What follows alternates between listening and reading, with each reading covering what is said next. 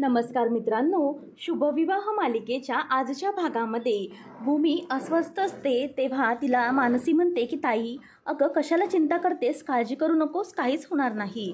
आणि असं इथे बसून चिंता करून काही होणार आहे का? तेव्हा मग भूमी म्हणते की अगं तसं नाही म्हणू, मला ना जोपर्यंत कळत नाही ना की त्या आत्याच्या डोक्यामध्ये काय चाललंय तोपर्यंत मला स्वस्थ बसता येणार नाही. तेव्हा भूमी म्हणते की तू एक काम कर ना, तू अथर्वला फोन लाव आणि त्याच्याशी बोल, म्हणजे त्याला असं सहजच दाखव की तू फोन केलायस, बाकी काही जाणवून देऊ नको. त्याला फोन कर आणि ऑफिसमध्ये तिथे नेमकं काय चाललंय ना याचा अंदाज घेण्याचा प्रयत्न कर. त्याच वेळेला आता अथर्व हा आईशी बोलत असतो की आई, तिथे ऑफिसमध्ये उगाच रिंगाळत बसू नकोस हां. तेव्हा ती म्हणते की हो, तूच बाकी राहिला होतास बोलायचा. तेव्हा मग तो म्हणतो की आई अगं तसं नाही, तुला विश्रांतीची गरज आहे ना म्हणून म्हणालो. बरं तू सकाळच्या गोळ्या घेतल्यास का? तेव्हा ती म्हणते की हो रे हो घेतल्यास. तर इथे मानसीचा फोन येतो. तेव्हा मग ती बघत म्हणते की काय रे कुणाचा फोन? तो म्हणतो की मनू फोन करते. मग त्याचवर लगेच रागिनी म्हणते की अच्छा, म्हणजे बघ तुझी बायको लगेच बाहेर निघालंय की नाही ते लगेच फोन करून कुठे गेलाय काय केलाय याची चौकशी करत बसते. आणि काय रे, आत्ता ना हल्लीचं मला जाणवलंय तू ना पक्का बायकोच्या मुठीमध्ये गेलेला आहेस.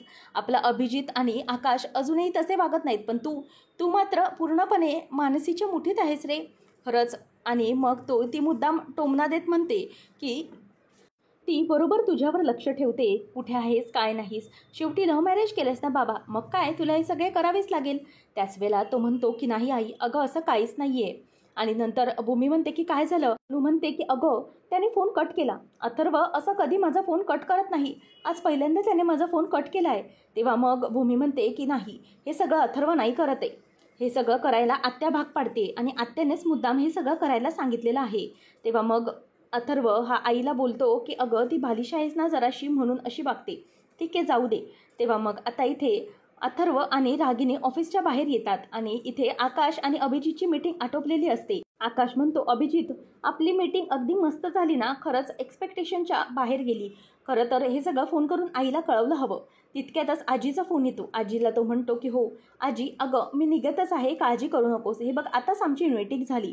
तेव्हा आजीला तो म्हणतो की काय, कसं कसं झालं हे अचानक? त्याच वेळेला मग आता इथे आकाश म्हणतो की हो माझी मीटिंग आटोपलीच आहे, आम्ही निघतच आहोत. तेव्हा अभिजित विचारतो काय रे काय झालं, आजी काय म्हणत होती? तेव्हा तो म्हणतो की बस बस अभिजित, गाडीत बस, मी तुला सगळं काही सांगतो, वाटेत सांगतो तुला काय झाले ते. तितक्यातच आता इथे भूमीने ही देवाजवळ दिवा पेटवते. तितक्यात इथे आता आजी ही घरात चिंतेत बसलेली असते. सगळेजण खूपच चिंतेमध्ये असतात. तर इथे भूमी ही देवाजवळ दिवा लावते आणि हात जोडून देवी योगेश्वरीची प्रार्थना करत असते आणि म्हणते की आजी प्लीज तुम्ही स्वतःला असं त्रास करून घेऊ नका ना, प्लीज शांत व्हा. तेव्हा आजी म्हणते की नाही गं भूमी, मी कशी शांत होऊ, मला खरंच या सगळ्याचा खूप त्रास झालेला आहे.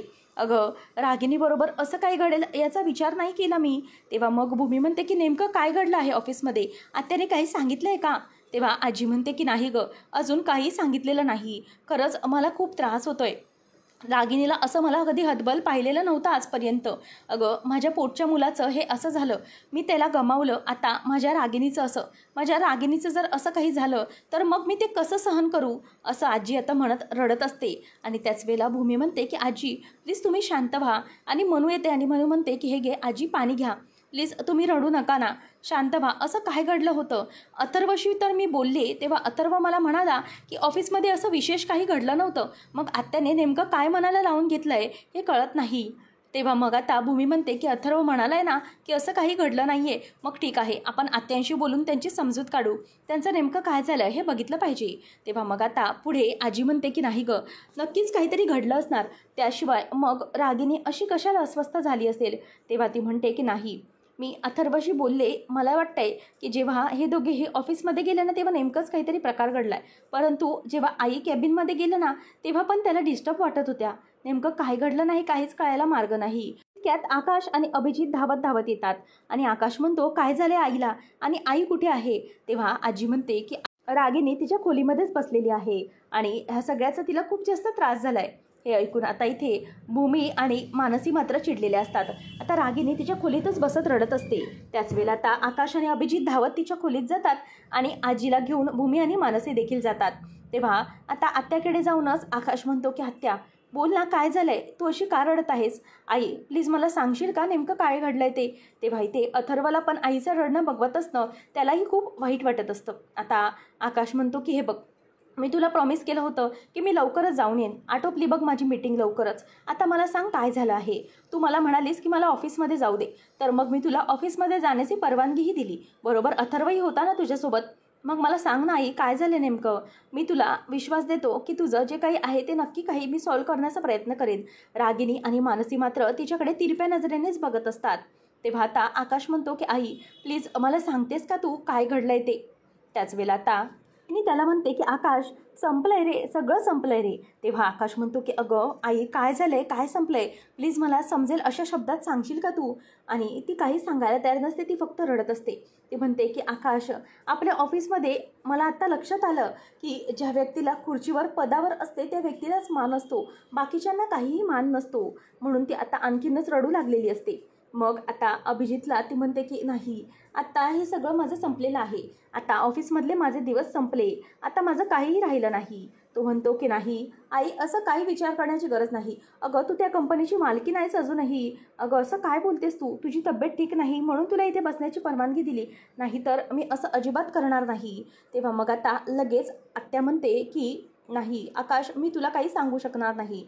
तेव्हा आता लगेच आकाश अथर्वला म्हणतो की अथर्व काय झालंय मला नेमकं तू तरी सांग, नेमकं असं काय घडलं होतं जेव्हा जेणेकरून आईला असा त्रास झाला आहे? तेव्हा अथर्व सांगायला सुरुवात करतो. तो म्हणतो की अरे आकाश काही नाही, आम्ही ऑफिसमध्ये गेलो ना तेव्हा बाहेर वॉचमन होता. त्या वॉचमनने आम्हाला थांबवलं आणि आम्ही दोघेही अचानक बाहेर आतमध्ये जात होतो. तेव्हा मग तो वॉचमन आईला म्हणाला की मॅडम, रागिनी मॅडम, तुम्हाला आतमध्ये जाण्याची अशी परवानगी नाही. तेव्हा मी त्याला ओरडलो देखील की काय आहे हे सगळं, असं का बोलतोयस तू? तुला माहिती नाही आहे का ही कोण आहे ते? कंपनीची जवळजवळ मालकीण आहे ती, आणि मग तू तिला कसं काय थांबवतोस? त्याच वेळा तो मला म्हणाला की नाही, कंपनीच्या मालकीण होत्या हे आता काही कागदोपत्री नाही, आणि तशा आम्हाला वरून सूचना आहेत की मॅडमचं ऑफिसमधलं काम संपलेलं आहे आणि मॅडम ऑफिसमध्ये येऊ शकणार नाहीत, आणि जर यायचेच असेल तर गेस्ट एंट्री करावी लागेल, व्हिजिटर पास बनवावा लागेल. तेव्हा मग आता अथर्व म्हणतो की काय, तुला तुझी नोकरी घालवायची आहे का? थांब, मी आकाशला आत्ता फोन करून म्हणतो की तुला कामावरून काढून टाकायला. तेव्हा आता लगेच रागिनी म्हणते की थांब थांब अथर्व, असं काही करू नको. त्यांच्या ज्या काही फॉर्मॅलिटीज आहेत त्या कंप्लीट करून घेऊ दे. तसंही आपणच त्यांना हे सगळे नियम घालून दिलेले आहेत ना, मग आपणच त्यांना कसे हे मोडायला सांगणार? म्हणूनच आता रागिनी म्हणते की ठीक आहे, मी हे व्हिजिटर पास घेते. आणि मग आता अथर्व तो व्हिजिटर पास हा रागिनीच्या हातामध्ये देतो, आणि त्यानंतर मग आता रागिनी ह्या आतमध्ये चालत निघालेली असते. तेवढ्यातच बाहेर उभे असलेले सिक्युरिटी गार्ड म्हणतात की मॅडम, ते आय कार्ड तुम्ही तुमच्या गळ्यात घाला. तरीही अथर्व चिडतो आणि म्हणतो की काय चाललंय काय तुम्ही? तेव्हा रागिनी म्हणते की थांब बाळा, थांब, त्यांचे जे रूल्स आहेत ते फॉलो करू दे. After all rules are rules, असं म्हणून रागिनी तिच्या गळ्यामध्ये ते ID कार्ड घालते आणि नंतर ती आतमध्ये चालत जाते. तर हा सगळा घडलेला प्रसंग अथर्वने जशाच तसा आकाशला सांगितलेला असतो. आकाश म्हणतो की काय, तो कोण होता तो वॉचमन? त्याला काही वेड वगैरे लागलंय की काय? आत्ता मला त्याचं सांग नाव, मी आत्ता बघतो कोणत्या शिफ्टवर आहे तो, आणि एजन्सीमध्ये त्याच्या फोन करून त्याला कामावरून कायमचं काढून टाकायला सांगतो. रागिनी म्हणते की आकाश बाळा, असं करू नकोस, उगीचच आपण गरिबाच्या पोटावर पाय द्यायचा नाही, उगीचच असं का करायचं? अगं अरे, तो त्याचे रूल फॉलोच करत होता, त्याचे जे रूल्स आहेत तो फॉलो करणारच ना. म्हणूनच मी तुला म्हणते की अजिबात काळजी करू नकोस. अरे मला आता एक गोष्ट कळून चुकली की आपण ज्या पदावर असतो ना त्या गोष्टीला मान असतो, कुठल्याही व्यक्तीला असं स्पेसिफिक मान देत नसतात लोक. असं म्हटल्यावर आता अथर्व आणि बाकीचे सगळेही इमोशनल झालेले असतात, परंतु भूमी आणि मानसी या दोघींनाही, मानसीला आणि भूमीला तिचं कारस्थान चांगलंच पटलेलं असतं. आकाश म्हणतो की नाही आई, मी असं होऊ देणार नाही, तुझ्याबरोबर अशा वागणाऱ्या व्यक्तीला मी कधीही माफ करणार नाही. म्हणूनच मी सांगतोय की मला आता माझ्या मनानुसार काहीतरी करू दे. तेव्हा मग ती म्हणते की नाही आकाश, तो वॉचमन जे काही वागत होता तो त्याच्या ड्युटीप्रमाणे वागत होता, ही त्याचीच ड्युटी आहे ना, आणि आपण घालून दिलेले नियम आहेत तर त्याच्याप्रमाणेच तो वागतोय ना. फक्त मला खेद याचं वाटतं की मी तिकडे एकेकाळी पदावर होते, त्याच पदाचा ते लोक मान ठेवतात, बाकी कुठल्याच पदाचं मान ठेवत नाहीत. आणि मला ऑफिसमध्ये आतमध्ये केबिनमध्ये गेले तेव्हा तर मेल्याहून मेल्यासारखं वाटलं. मला असं वाटत होतं की मी आता मरणार आहे की काय. तेव्हा आकाश म्हणतो की आत्या काय झालंय, आणखी केबिनमध्ये काय झालंय प्लीज मला सांग. तेव्हा आता तिची ती नाटकं बघून बघून मनू आणि भूमीला खूपच वैताग आलेला असतो. तेव्हा आत्या आणखीनच रडू लागलेली असते. तेव्हा आकाश म्हणतो की आत्या प्लीज मला सांग काय झालेलं आहे, नेमकं असं काय घडलंय ज्याने तू इतकी डिस्टर्ब झाली आहेस. आता केबिनमध्ये काय घडलंय ते मला जरा प्लीज सांग तू, मी बघतो काय करायचं ते. त्याचनंतर ती म्हणते की नाही आकाश, मी नाही सांगू शकत तुला काय झालं ते. मला आठवलं तरी मेल्याहून मेल्यासारखं होतं. नाही, मला काहीच आठवायचे नाही असं म्हणून ती मुद्दाम पुन्हा नाटक करत असते आणि आकाशला सगळं सांगायला ती नकार देते. तेव्हा आकाश म्हणतो की आत्या तुला सांगावंच लागेल, तुला शपथ आहे माझी, प्लीज काय घडलं केबिनमध्ये ते लवकर लवकर मला सांग. तेव्हा मग आत्या म्हणते की आकाश का रे असं केलंस तू, का तुझी शपथ घातलीस तू मला, आता मला हे सगळं तुला सांगावेच लागेल. आकाश म्हणतो की हो, मग तुला सांगायचंच आहे की काय झालंय, सांग नेमकं काय झालंय. तेव्हा मग ती म्हणते की अरे आकाश, माझी जी सीओची केबिन होती त्या केबिनमध्ये मी गेले आणि माझ्या नावाची पाटी मी घेणार होते. तेवढ्यातच तिथे अचानक कार्यकर आले आणि म्हणतात की मॅडम तुम्ही इथे काय करत आहात, तुम्हाला इथे ॲक्सेस दिला जाणार नाही. तेव्हा रागिनी त्याला ओरडून म्हणते की कार्यकर काय बोलताय तुम्ही, निदान कोणाशी कसं ग्रीड करायचं याचंही तुम्हाला साधे मॅनर्स नाहीत का. तेव्हा मग आता तो म्हणतो की हे बघा मॅडम, तुमचा आता या कंपनीशी काहीही संबंध नाही, तसं आपल्या कुठल्याही लेखी नाही की तुम्ही या कंपनीचे कोणी आहात. तुम्ही CEO होतात ते अगोदर, आता तुम्ही या कंपनीच्या कोणत्याही पदावर नाही, त्याच्यामुळे तुम्हाला इथे अशा प्रकारे ॲक्सेस दिला जाऊ शकत नाही आणि ते मला चुकीचं वाटत आहे. त्याच वेळेला तुम्ही इथे थांबू नका. तेव्हा मग ती म्हणते की मी रीतसर व्हिजिटर पास बनवून आले. तेव्हा तो म्हणतो की ठीक आहे, तुम्ही जसा पास बनवलात ना तसाच तुम्हाला इथे येण्याची परवानगी एकतर लेटरमध्ये किंवा आकाश सरांशी मला बोलून मिळाली पाहिजे, त्याशिवाय तुम्ही या रूममध्ये येऊ शकत नाही. तर बाहेर जो स्टाफ असतो तो कुजबूज करतो. तो म्हणतो की यांना साधे मॅनर्सच नाहीत का, की कंपनीमध्ये कशाप्रकारे वागायचे असते, नाती असतात ती घरी असतात, बाकी काही नाही. तेव्हा मग आता त्या कुजबुजल्यानंतर रागिनी मात्र चिडते आणि ती म्हणते की यस शुअर, मी आत्ता आकाशला तुमच्याशी फोन लावून देते आणि माझं सामान कलेक्ट करायला सांगते. तेव्हा कार्यकर म्हणतात की सॉरी मॅडम, तुम्ही इथे खुर्चीवर बसून फोन लावू शकत नाही. तुम्ही एक काम करा, बाहेर व्हिजिटर्ससाठी आपण एंट्री ठेवलेली आहे, तिथे तुम्ही बसा आणि तिथून फोन लावा आणि तिथून फोन झाल्यावर मग मला येऊन सांगा की फोन झाला आहे म्हणून. तेव्हा मग अशा प्रकारे कार्यकर हे तिला बाहेर काढतात आणि हा सगळा प्रकार ती त्याला सांगते. मुद्दामच रडून दाखवत असते. तेव्हा मग आता आकाश म्हणतो की काय चाललंय काय हे सगळं, आणि त्या कार्यकरला माहिती नाही का की तू जवळजवळ कंपनीची मालकीनेस, तू CEO नसलीस म्हणून काय झालं, कंपनी तुझी आहे.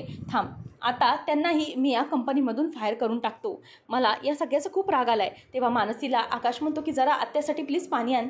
तेव्हा रागिनी पाणी पिते आणि नंतर आकाश म्हणतो की बस, मला हे सगळं सहन होणार नाही. तो वॉचमन तर काय, आता या कार्यकरला पण मी आपल्या ऑफिसमध्ये काम करायला ठेवणार नाही. तेव्हा रागिनी म्हणते की नाही बाळा नाही, आकाश असं करू नकोस, त्यांना तू प्लीज कामावरून अशा प्रकारे काढून टाकू नकोस. अरे तो तुझ्या वडिलांचा जुना स्टाफ आहे. अरे इमानी इतबारी लोक आहेत ही, आणि अशी आता मिळणं कठीण आहेत. तुझ्या वडिलांनी जपलेली सगळी माणसं आहेत, कित्येक वर्षापासून आपल्या कंपनीत ते काम करत आहेत. मग अशा वेळी त्यांना असं कामातून काढून टाकणं हे योग्य वाटत नाही. आणि तुझ्यासाठी ते इमानदारीने प्रत्येक वेळेला काम करतात आणि ते माझ्याबरोबर असे वागले की त्यांची तुझ्या लेखी इमानदारीच आहे ना रे बाळा. कारण त्यांना इतकंच कळतं की कंपनीच असते आणि नातीमध्ये आणायची नसतात. तिथल्या स्टाफनेही मला तसाच टोमणा मारला की नातीमध्ये आणायची नाहीत, कंपनीवर जर कोणतं पद असेल तरच तिथे जाता येऊ शकतं. मग जर कंपनीमध्ये माझं कोणतंही पद नाही तर मी तिथे कशी जाणार, त्यांचं सगळ्यांचं बरोबर आहे रे बाळा.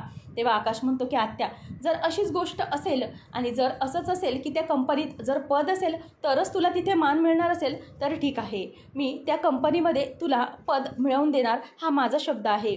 ते कंपनीतलं पद तुला परत मिळणार, आम्ही तुला वचन देतो. हे ऐकल्यानंतर भूमी म्हणते की जे व्हायला नको हवं होतं तेच झालं. मला वाटतंय की आत्याने मला त्या दिवशी जे काही चॅलेंज दिलं होतं की 2 दिवसांमध्ये त्या कंपनीत पद मिळवून टाकवेन, हे सगळं आत्याचं रचलेलं एक नाटक आहे. आत्याने तिला सांगितलेलं असतं की आता खरं कुठे खेळ खेळायला मजा येत आहे, खऱ्या खेळायला आत्ता कुठे सुरुवात झाली आहे आणि मी कंपनीत पद मिळवून दाखवेनच असं चॅलेंज आत्याने भूमीला दिलेलं असतं. आणि त्यानंतर मग आता आत्या म्हणते की काही झालं तरी मी तुला सोडणार नाही. आणि मग मुद्दामच आता जशा प्रकारे भूमी तोंडामध्ये जीभ घुळवत आत्याला उकसवत असते, तशाच प्रकारे आत्या देखील भूमीला तशाच प्रकारे उकसवत असते. आणि हे सगळं बघत असताना भूमीला खूपच राग येत असतो. तर आता पुढच्या भागामध्ये आपण पाहणार आहोत की गोखले गुरुजी घरी आलेले असतात. आकाशच्या हातात ते हळदी कुंकवाचा करंडा देत म्हणतात की हे बघा, तुमच्या यावर्षी घटस्थापनेचा 25वा वर्ष आहे, म्हणून हा कुंकवाचा करंडा तुम्ही ज्या सुवासिनीच्या हातामध्ये देणार आहात, ती सुवासीन पुढचे अनेक वर्ष किंवा जोपर्यंत ती आहे तोपर्यंत या घरामध्ये तिचीच सत्ता असेल आणि तिचंच या घरामध्ये शब्द प्रमाण मानलं जाणार आणि तिच्याप्रमाणेच हे घर चालणार. तिच्या हातात ते पडलं म्हणजे देवीला तिचा आशीर्वाद मिळाला आणि तिच्याच हातात सगळं काही कुटुंबाचा भार असणार. हे ऐकल्यानंतर आता रागिनी खुश होते, तर भूमीचं पूर्ण लक्ष तिच्याजवळ असतं. आकाश आता म्हणतो की आता आपल्या घरामध्ये एकच व्यक्ती आहे आणि हा मान आत्याचा आहे. आत्याच्या घरात आत्याच्या सगळ्या निर्णयानुसार हे सगळं घर चाललं पाहिजे असं म्हणून आई हे घे, हा तुझ्यासाठी कुंकवाचा करंडा असं म्हणताच वरून झुंबर खाली पडतं आणि इथे आकाश हा भूमीच्या हातामध्ये तो कुंकवाचा करंडा देतो आणि आत्याला बाजूला वाचवतो. नंतर सगळेजण पाहतात तेव्हा इथे भूमीच्या हातामध्ये तो कुंकवाचा करंडा असतो आणि आता सगळेजण भूमीकडे बघतात. देवीच्या आशीर्वादाने अखेर भूमीच्या हातामध्येच तो कुंकवाचा करंडा आलेला असतो. असेच अपडेट पाहत राहण्यासाठी आताच आपल्या चॅनलला सबस्क्राईब नक्की करा.